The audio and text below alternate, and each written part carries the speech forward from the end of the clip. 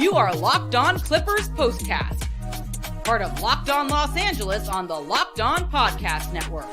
Your team every day. Well, welcome into another Clippers Postcast. Another early disaster where the Clippers were dispatched before the game is even officially over. There's about a minute and some change to go on this one, and it has been over for quite a while. I am Pete Fox, covering sports in LA for ESPN LA and NBC Sports Radio dating back to 2007. Clipper Postcast comes on after every Clipper game or when the game is over and done with, even though there is still time on the clock. You can watch us on the Locked On Sports LA YouTube channel. Thanks for doing that. It's a place to hang out when every game is done. And you can listen on the Locked On Clippers podcast feed. Well, my frustration level is at an all-time high. As you know, I was out of town on a little family spring break vacation to Miami with my wife and daughter last week and did a couple of postcasts from Miami. And the Clippers were doing okay in those games. I missed one game that I was sad that I missed because it was a nice win over a good team, the Philadelphia 76ers in Philadelphia. And then they beat the lowly Orlando Magic and the Charlotte Hornets. So they had a nice little 3-game winning streak going. And I was like, all right, maybe they found something, or maybe it's just me, right? So the fact that I was gone, I wasn't covering the game. I wasn't really paying close attention other than kind of score updates popping up on my phone. I was like, I just needed a break. Maybe the Clippers, subconsciously needed a break from me. I don't know, this whole voodoo thing. I feel like sometimes if I watch a team too closely that I'm a fan of, that I want to win, they lose. And I feel like I jinx them. So here I am again feeling that way because the Clippers started out good. It was a good first quarter for them. Although they were tied at 24, they had lots of energy. Paul George got off to a hot start. Everything was looking good. They had trouble with the Kings when they played them in LA a few weeks ago. They got smashed by them, punched in the mouth. It was ugly and not fun. So I was like, a little payback here. This is a big game. Not huge, but important, meaningful, down the stretch. Oklahoma City lost to Philadelphia tonight. So I thought, all right, Clippers are going to come out. And I know Kawhi Leonard was out, but it seems like every time the Clippers have an excuse to not play well, they take full advantage of it, right? Oh, well, we can blame this on the fact that Kawhi Leonard was out. Or it's always something, right? And tonight, I'm sure the line to toe here is that Kawhi Leonard did not play. Soreness in the knee.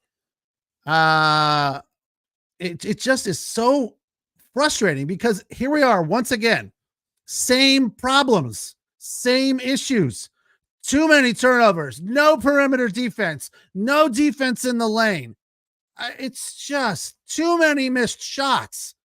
And I know that, everyone goes out with the intention of making shots. We're not trying to miss shots. They know how to make shots. They're fully capable of doing it. But they're not doing it. So I don't know what you do to correct that. It's not like defense. It's not about effort. It's just like, you either make it or you don't. To go back to the old Doc Rivers comment, it's a make-miss league, and when you miss shots, it's tough to win. Clippers missed way too many shots tonight. Even though Paul George got off to a hot start, 5 of 12, 18 points. James Harden, 1 of 7, 6 points, 1 3-pointer, 3 of 4 from the line. Clippers shot 40%. Is this game over yet? Hopefully. Yes, finally over now. 109-95. Ugh. They were down by like 20. This game was over at the start of the fourth quarter. They were down 21 at the end of 3. And then it got up to like 25, 26. It just, what it felt like to me?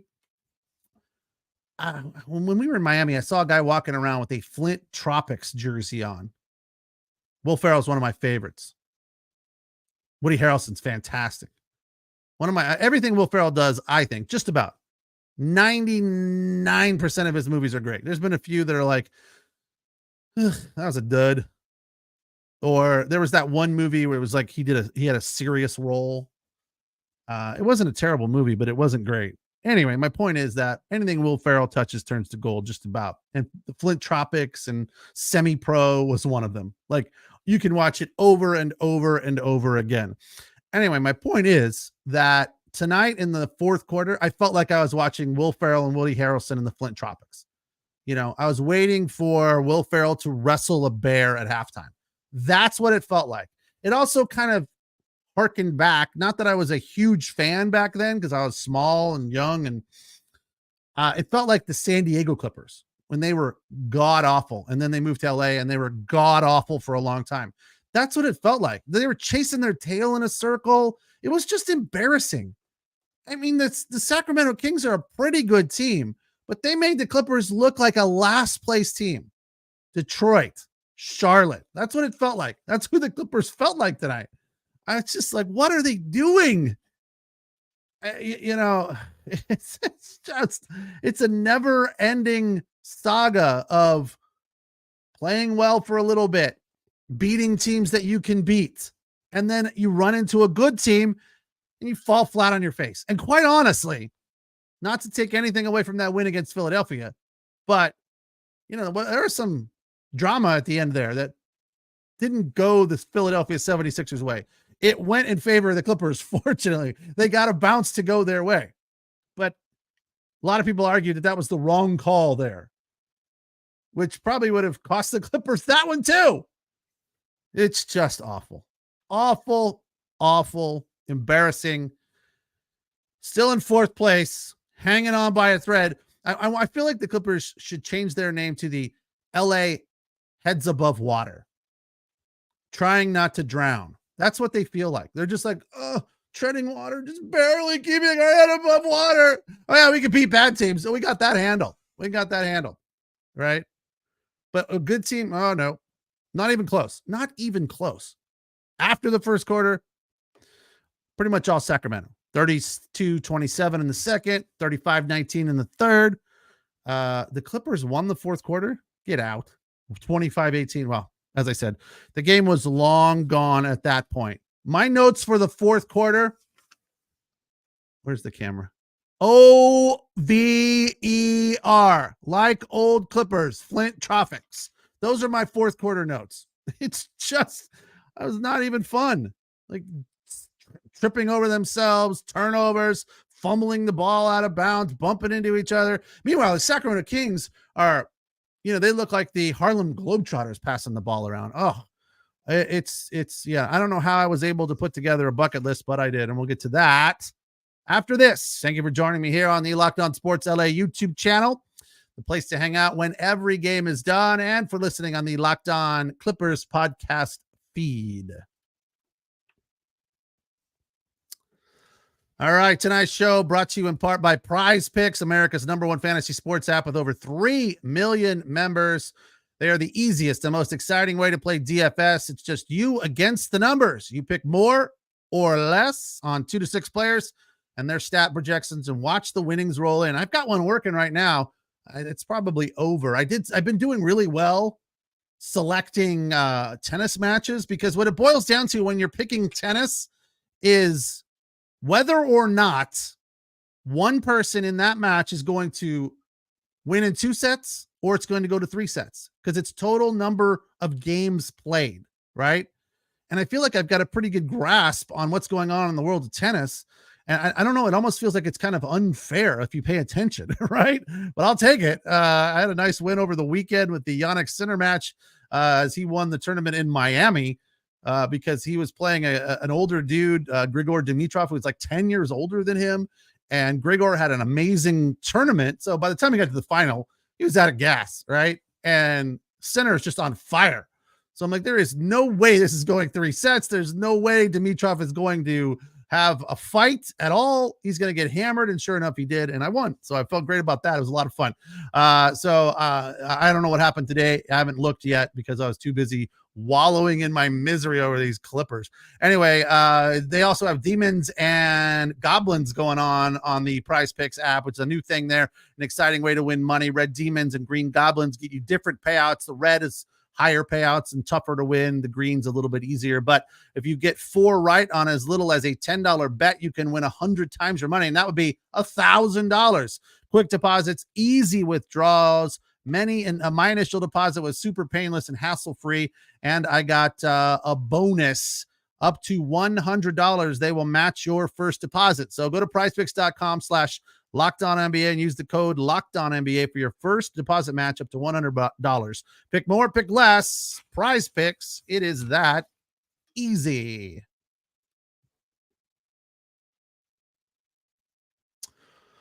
All right, Clippers with another embarrassing rout, losing in Sacramento to the Kings, 109-95, and it wasn't even close to that close. They were down by 20 plus for a good portion of the fourth quarter. Ty Lue waved the white flag, as Brian Seaman likes to say, at about the 7-minute mark. Maybe it was the 8-minute mark. Yeah, we're done. We're out.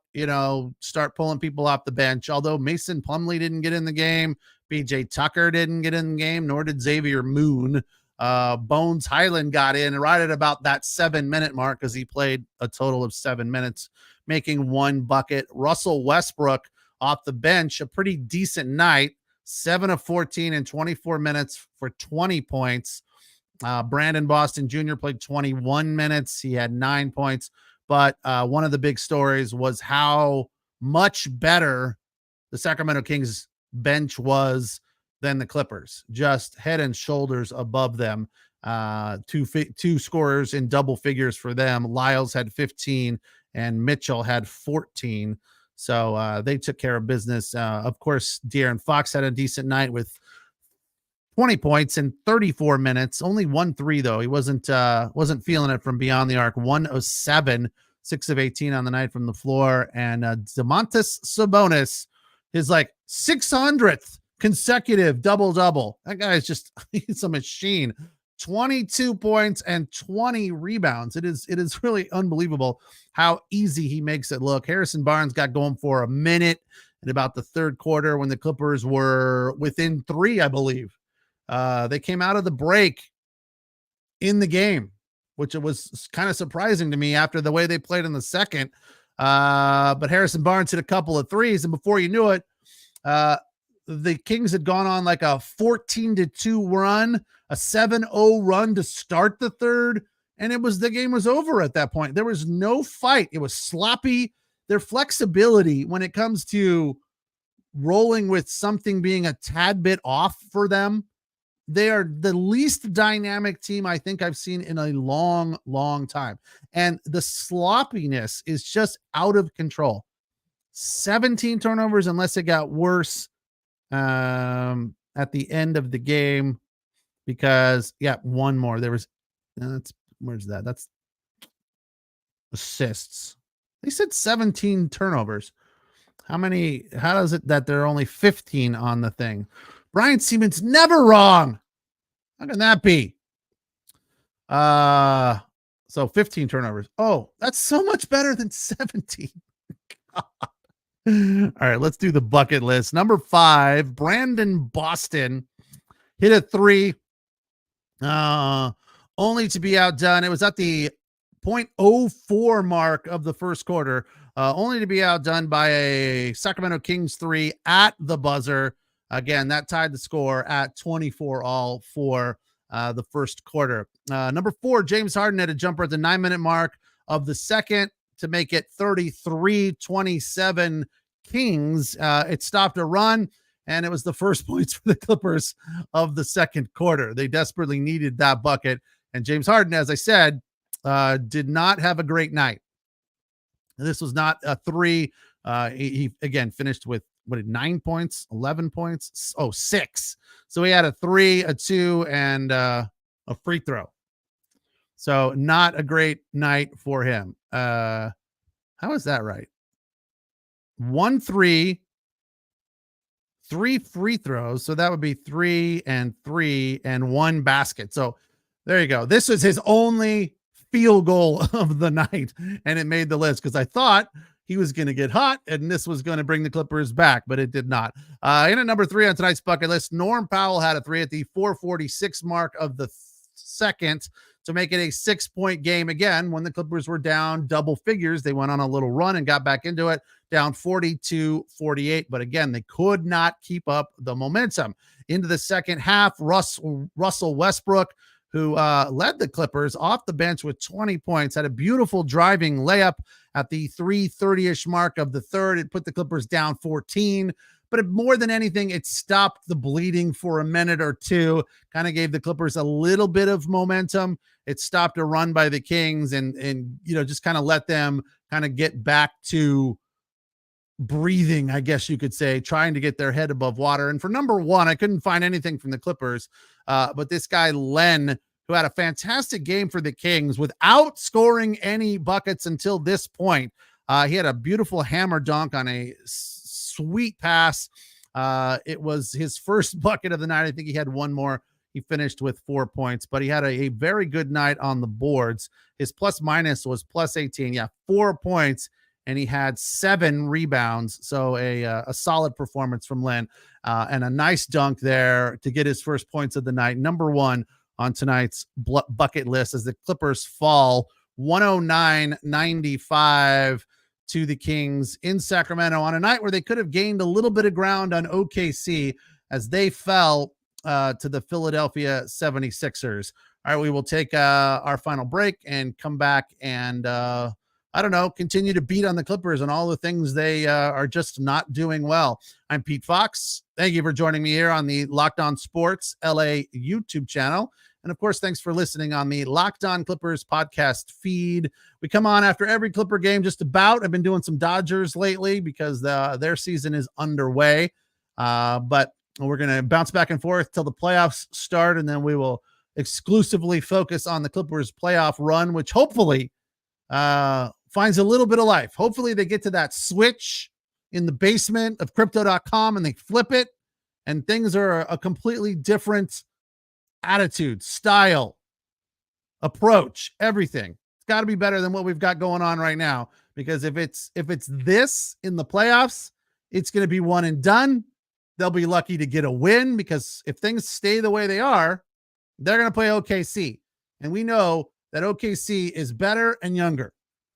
So the Clippers have to find something and hope that their experience will pay off, or they're going to be playing golf before we know it. Again, we'll take our final break and come back and get back into this one. Clippers falling to the Kings in Sacktown, 109-95.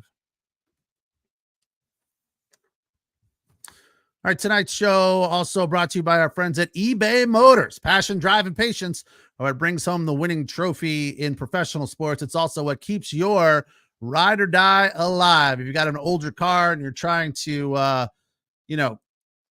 keep from having a car payment on a new car, and you want to keep your car alive and running smoothly, eBay Motors has everything you need to maintain your vehicle. Or you have a car that's kind of, 8-10 years old, and you want to put a new shine on it, if you will. And again, save yourself that car payment and buying a new car. Well, eBay Motors has stuff to level up your car and get it to peak performance, like superchargers, roof racks, exhaust kits, LED lights, and a whole lot more. eBay Motors has got you covered with over 122 million parts for your number one ride or die. You'll always find exactly what you're looking for. And with eBay's guaranteed fit, your part is guaranteed to fit your ride every time, and you get your money back. When I was driving an older vehicle as my boat puller, I bought a lot of parts on eBay Motors, including brakes, on a regular basis.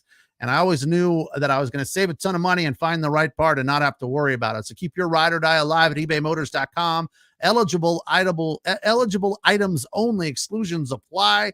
eBay guaranteed fit, only available to U.S. customers. All right, Clippers embarrassed themselves once again. I don't know. I mean, I don't know how they feel about this. They have to be just shaking their heads. That demoralized blank look on their face that you see when James Harden and Paul George and all the starters are on the bench at the 7-minute mark of the fourth quarter because they're down by 20 plus, right? It cannot be a good feeling. That demoralized look on their face is like, here we go again. I mean, I guess they're not going to, get pissed and start throwing chairs and stuff, but something has got to happen. I don't know where it comes from. I don't know where they find the energy. I don't know who is this catalyst that's going to turn them around. I mean, it could be Kawhi Leonard. I mean, that's definitely an issue, right? The fact that they didn't have Kawhi tonight, sure, I get it, but they still, is Kawhi Leonard going to make up that big of a difference? If Kawhi Leonard played tonight, they lose by 8, 10, right? That's a little bit better. It's still going to be a loss, I think, because I didn't see anything else from anybody else after Paul George cooled off in the second quarter, right? Coming into this game, the Clippers had won 18 of 20 in Sacramento. 18 of 20. Does that not build confidence and make you feel good about, hey, we got to go out there and kick some butt tonight? But no, they didn't do it. It had nothing. Russ had a nice step back there in the first quarter. I was like, what was that? That was sweet. That looked good. But then guess what? Miss. He did have 20. He made enough. I mean, it was a nice performance for him, but it was kind of like nobody else is going to score. I guess I better do it. He missed a ton of shots, not a ton. I mean, he was 50% on the night, I think. So, I mean, for Russ, that's pretty good. 7 of 14, right? 2 of 3 from beyond the arc. Yeah. It's just, I would like to see him just go on a hot streak and hit 5, 6 in a row. Like OKC Russ. Where's that guy?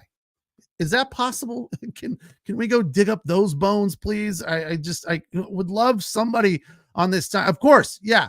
The last game that I missed a couple of nights ago in Charlotte, or was that it was Charlotte, right? No, I don't know where were they 2 nights ago? Anyway, when Paul George had 41, I was like, yes, where's that been? We need that more frequently. We need Paul George. Yeah, Charlotte. He had 41. I mean, why don't we get that from Paul George more often?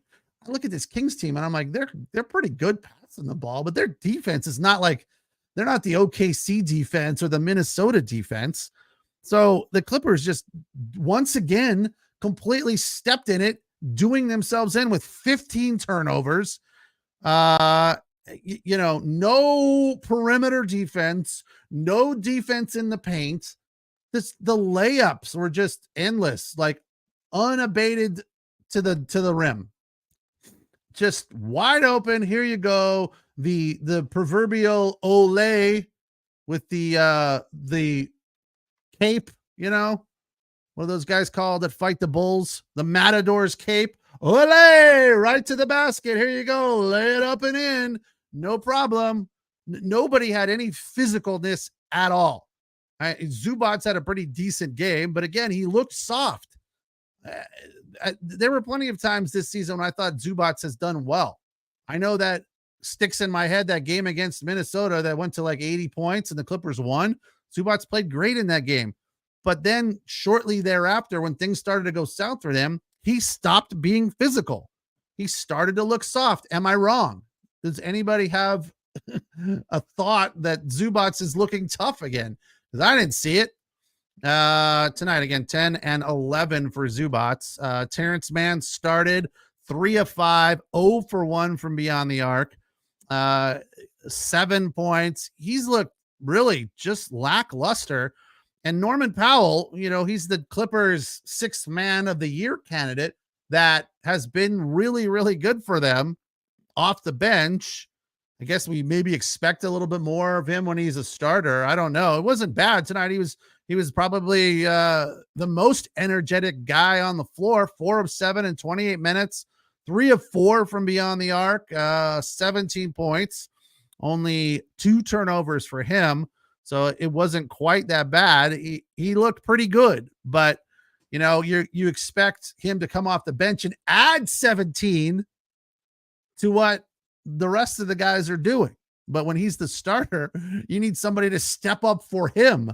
And nobody did that. Daniel Tice played 18 minutes. He had 3 points. Bones Highland, again, they moved it up to 8 minutes. He had 2 points. Amir Coffey, he's kind of fallen asleep lately, right?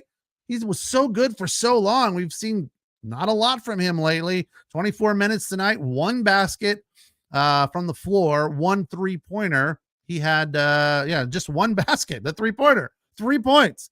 And Brandon Boston was, again, okay, 3 of 6, 1 3 for 9 points. So nobody filled that gap that Norm Powell stepped into when he was starting because Kawhi Leonard was out. So just too many misses across the board. The energy is just way too low. The D has got to be more active. I saw flashes of them passing the ball well, just briefly. Like, oh, that was a good sequence right there. But then it would turn into a missed shot. Or they'd get it to Zubats in the paint, and he'd miss a layup. Russell Westbrook would get a steal, miss a dunk. So these are the kind of things that are just not going to be sufficient when you get to the playoffs, especially if they run into the Oklahoma City Thunder or even the New Orleans Pelicans. You know, they also dug a big hole for themselves, sending the Kings to the free throw line. And the Kings are a terrible shooting free throw team. And maybe they knew that and thought, it's no big deal, we'll send them to the free throw line. Well, just like a lot of times the Clippers run into teams that are not good shooting the ball from beyond the arc, and all of a sudden, when they face the Clippers, they figure it out. Well, that's kind of what happened to the Kings tonight at the line. 19 of 25 for 76%. I think they said the Kings are the 30th team in shooting free throws. And I believe there are 30 teams in this league. They are the worst shooting free throw team.